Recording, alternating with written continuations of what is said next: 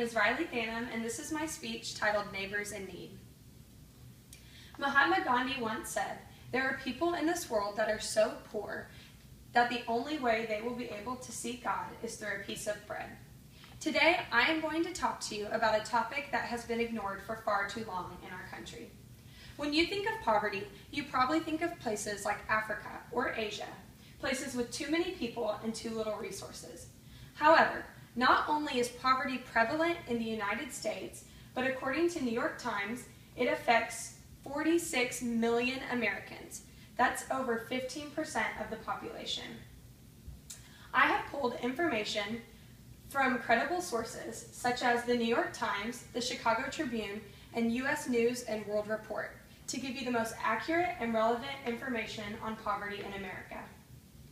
Poverty in the United States is rapidly increasing, and we must keep ourselves informed so that we can do whatever we can in our power to make a difference in this growing epidemic. Today, I'm going to be sharing you some information regarding the effects of poverty on U.S. citizens and the ways that we can help to make a difference. But first, we must ask ourselves the question, why should we care about poverty in America? The Columbia Daily Tribune from Columbia, Missouri, claimed that there are two distinct types of poverty that I'm going to discuss with you today. The first type is generational poverty, and the second is situational poverty.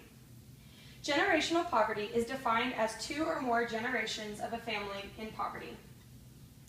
There are certain characteristics that define generational poverty. The first is hopelessness. This means that the family sees no way out of poverty and does not do anything to change their situation. The second is that they are subjected to cultures and patterns of previous generations. For example, a trend of poor parenting results to further poor parenting in the future. Another characteristic is the choice of surviving over planning. Families in generational poverty choose day-to-day survival instead of making plans for the future. They typically have a low regard towards education and success. Another major characteristic of generational poverty is violence.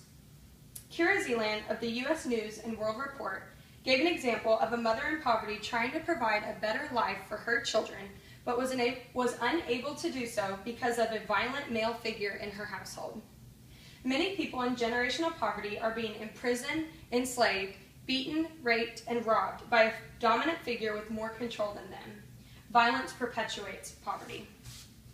The second kind of poverty we see in the United States is situational poverty. This is based on dire, unexpected situations, and it's usually temporary. These situations could be a death in the family, divorce, loss of job, chronic illness, disability, or disaster. It is characterized by high levels of education and value of education. Families in situational poverty have access to more resources or assistance to help them in need, such as family and friends that can help them during times of trouble. Now let's take a look on the effects that poverty has on American citizens. Ronald Reagan famously said, "We fought a war on poverty and poverty won." The amount of Americans living in poverty is rapidly increasing. Peter Edelman of the New York Times claimed that in 1973, 11.1% of the population was living in poverty. In 1983, this climbed to 15.2%. Since then, 15 million more Americans joined this statistic. A family of four living in poverty would have an annual income of $22,350. That's less than $2,000 a month for four people to live on. Poverty has had a specific negative impact on the children of the United States. Besides Romania, no country in the world has more children living in poverty than the United States.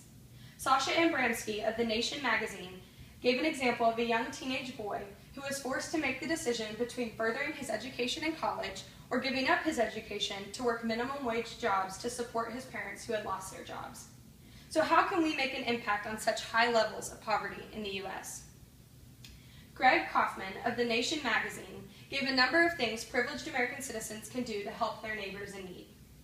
Keep yourself informed and aware. Ignorance is the #1 cause of poverty. We must keep ourselves connected with our communities so that we can give back to people in need. The second is to support pathways that help those in need back to work. This is providing subsidized and transitional jobs that will help people build skills to give them a place in the work field. And the third is making personal commitments to help families in need.